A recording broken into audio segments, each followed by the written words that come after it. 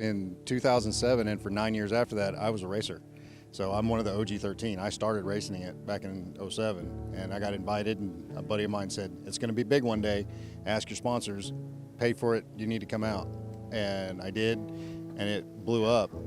Yeah, none of us, including Dave Cole, who invented it, had no clue what this was going to be.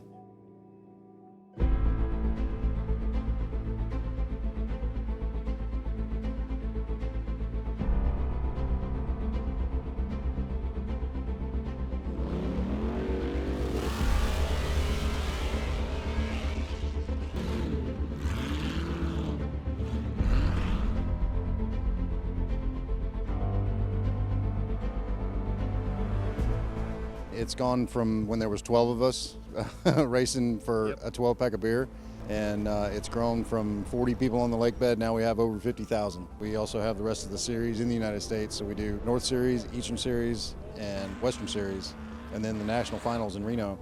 So it's just a year-long, amazing thing that starts out with our biggest race of the year, which is King of the Hammers. I felt it was time to just bring something new to New Zealand. The Ultra4 scene in America is just blowing up right now.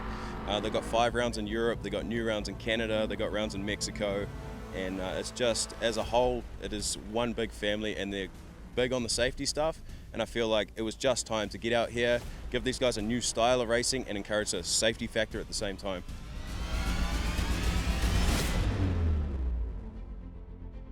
I think it's unique for a lot of guys. The guys that come from further down south don't really play in the sand much, and the guys overseas, it's a different kind of sand than what you would get sort of out in the desert or whatever.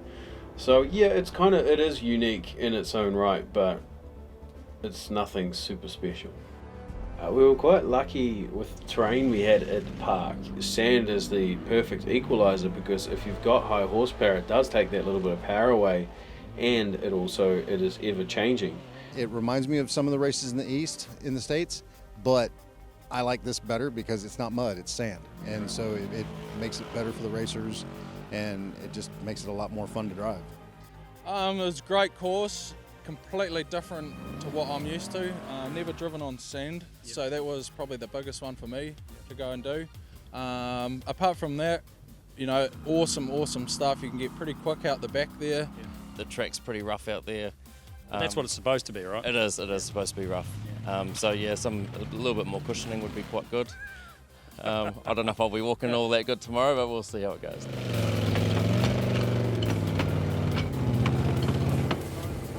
It's been an absolute honour actually to have the opportunity to prove not only ourselves but also put New Zealand on the map as a destination to come and race for Ultra4. So looking forward to seeing what we can do with it. It's really cool the way it's evolved and gotten better and gotten bigger, and we've, you know, Dave hired me to be the race director, and since we've refined the races and we've refined the rule books and we've made it more professional, and it just keeps growing and getting better every time, because we have an amazing crew that puts the races on, and you know, and then amazing people like Caleb Thompson, who went out of his own way, out of his own pocket, to ask to be able to run the King of the Hammers race in New Zealand.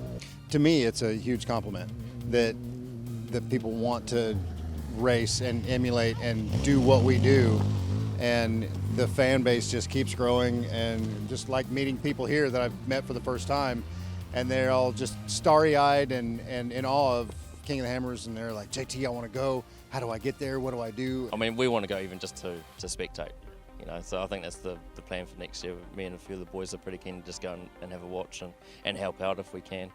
Yeah, heavily followed that right since the start. That the guy JT, he was one of the 13 original guys that started the King of the Hammers race, and just always wanted to go and do that or see it and be part of it. It's just the two types of sport that I really love, which is the technical aspects, and then riding to that real high speed.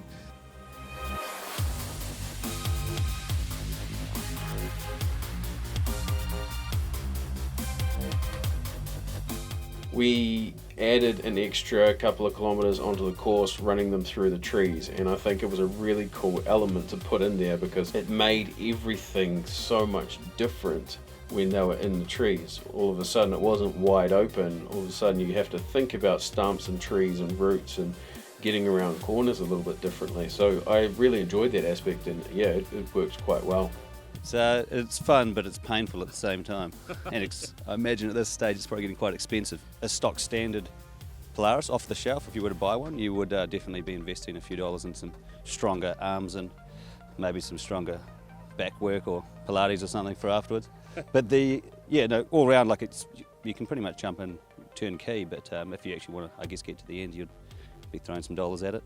These ones are set up for the off-road kind of series, so it's more gravel, and there is kind of off-road sections which you hit, but this is cutting up to the point where the whole thing is the worst part of, say, the Water 100 or something similar.